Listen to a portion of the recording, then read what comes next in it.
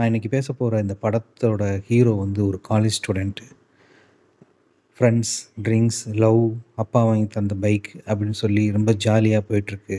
இதில ரொம்ப லேசியாவும் இருப்பாரு அவரு.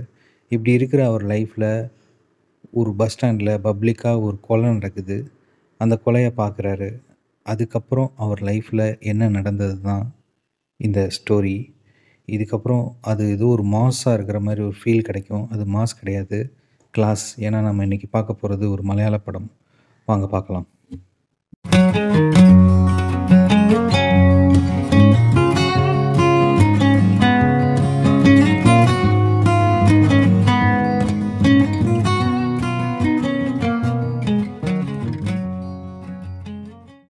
ஸோ நம்ம இன்னைக்கு பார்க்க போற படத்தோட பேர் வந்து நிஜான் ஸ்டீவ் லோபஸ்.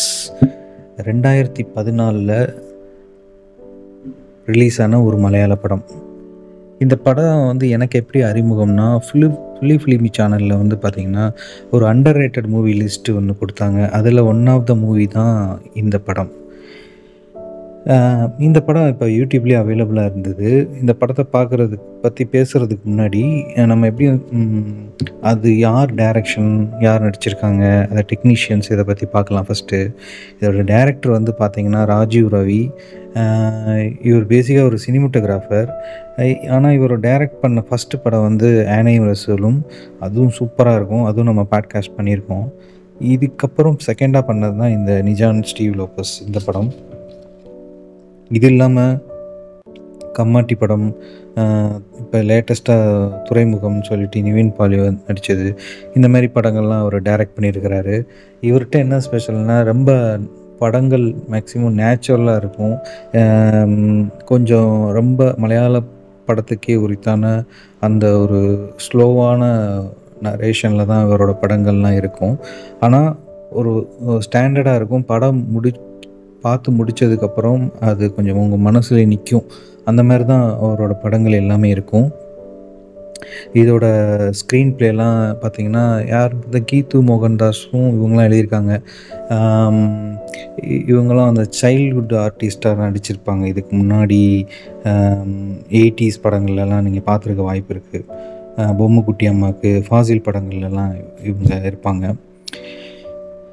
ஸோ இப்போ இதோட ஹீரோ வந்து பார்த்திங்கன்னா ஃபர்கான் ஃபாசில். இவர் யாருன்னா நம்ம ஃபகத் ஃபாசிலோட தம்பி தான். அதேமாரி அஹானா கிருஷ்ணா ஹீரோயினாக இருக்காங்க. 2 பேருமே ஒரு அறிமுகம் ஆக்டர்ஸாக தான் உள்ளே வந்திருக்காங்க. இது இல்லாமல் மியூசிக் வந்து சகாபா சாமான்ட்டு ப்ரொனவுன்சியேஷன் கரெக்டாக தெரில, அவர் தான் மியூசிக். பிஜிஎம் வந்து நம்ம கோவிந்த் வசந்த் அவரும் இன்னொருத்தர் சந்திரா வேயாட்டுமால் அவங்களும் போட்டிருக்காங்க. இந்த படத்தில் எனக்கு ரொம்ப பிடிச்சது சினிமோட்டோகிராஃபி. பப்புன்னு ஒருத்தர் பண்ணியிருக்கிறாரு. சினிமோட்டோகிராஃபி சூப்பராக இருந்தது. ஏன்னா ஒரு மாதிரி சில்லுன்னு கூலாக மைல்டான ஒரு ஃபீலில் இருந்துச்சு. நீங்கள் அது ஒரு வெயிலில் ஒரு சீன் இருந்தாலும் அந்த வெயிலே வந்து ஒரு ப்ளசண்ட்டான ஒரு ஃபீல் கொடுக்குற மாதிரி அந்த சினிமோட்டோகிராஃபி வந்து அவ்வளோ அழகாக இருந்துச்சு. அதேமாதிரி மியூசிக்கும் பார்த்திங்கன்னா, எந்த ஒரு பரபரப்பான மியூசிக்லாம் இல்லாமல் கிட்டார், வயலின், பியானோ இந்த மாதிரியான ஒரு இன்ஸ்ட்ருமெண்ட் வச்சு ஒரு ப்ளசண்ட்டான ஃபீல் கொடுக்குற மாதிரி தான் படம் ஃபுல்லாகவே இருந்தது. நல்லா இருந்தது. ஸோ நம்ம இதோட ஸ்டோரி வைஸ் பார்த்திங்கன்னா, நான் சொன்னது தான். ஒரு காலேஜ் ஸ்டூடெண்ட் ஒரு இடத்துல ஒரு லேசியாக இருக்கிறவர், அப்படி அவர் லைஃப் இருக்கிற டைமில் ஃபஸ்ட் டைம் ஒரு கொலையை வந்து ஒரு இடத்துல பப்ளிக்காக பார்க்குறாரு. அதுக்கப்புறம் அந்த கொலை அதாவது கொலையை வந்து பார்த்ததுனால அவருக்கு அடுத்தடுத்து அவர் சந்திக்கிற சம்பவங்கள் இதுதான் இந்த ஸ்டோரியாக இருக்கும். இந்த படம் வந்து எப்படின்னா, ஒரு 2 டைப்பாக நம்ம எடுத்துக்கலாம். ஒன்று வந்து ஒரு புது அனுபவம் நமக்கு வந்து கிடைக்கும் பொழுது, அது மூலமாக நமக்கு தெரியாத நம்மக்கிட்ட இருக்கிற சில கேரக்டர் வெளியே வரும். இன்னொன்று வந்து சொசைட்டியில் இருக்கிற ஒரு முகம் இருக்கும்ல, அதோட உண்மையான முகங்களும் தெரிய வாய்ப்பு இருக்கும். இந்த 2யும் நீங்கள் இந்த படத்தில் பார்க்கலாம். எக்ஸாம்பிள், இந்த ஹீரோ வந்து ஒரு பப்ளிக்காக நடக்கிற கொலையை பார்த்து அந்த சாக போகிறவரை வந்து காப்பாற்றி ஹாஸ்பிட்டலில் அட்மிட் பண்ணுவார்.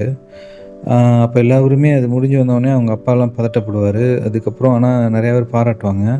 அவருக்கே தெரியாது இ இந்த மாரி நம்ம பண்ணுவோமாங்கிற மாரி எல்லாரும் பாராட்டுவாங்க. ஏன்னா அந்த மாரி பப்ளிக்கா நடக்கிற இடத்துல யாரும் மாட்டாங்க. அந்த இடத்துல ஸ்கிப் ஆகி போவாங்க. இவர் போல்டா இறங்கி அவர காப்பாத்திருவாரு. ஸோ அப்போ தான் தெரியும் அவருக்கே ஒரு ஃபீல் கிடைக்கும். அதுக்கப்புறம் வந்து பார்த்தீங்கன்னா, ஒரு நாள் வந்து அந்த கொலை பண்ணவரோட அ தப் பண்ணவர பார்க்கும்போது, அவர ட்ராக் பண்ணி பின்னாடியே போயி அவர் வீட்ட கண்டுபிடிப்பாரு. ஸோ அங்க வந்து ஒரு சில விஷயங்கள்லாம் பார்ப்பாரு. ஸோ இப்படியே கதை போயிட்டே இருக்கும். இது மூலமா வந்து அவர் வந்து ஒரு ஒரு நார்மலான ஒரு யங்ஸ்டரா இருந்த லைஃப்லேருந்து தாண்டி, ஒரு மனிதாபிமானம், அன்பு, அக்கறை அப்படிங்கிற ஒரு ஸ்டேஜுக்கு அவரோட லைஃப் மாறும். புது அனுபவமா இருக்கும். ரொம்ப ட்ராஜடியான அனுபவமாவும் மாறும்.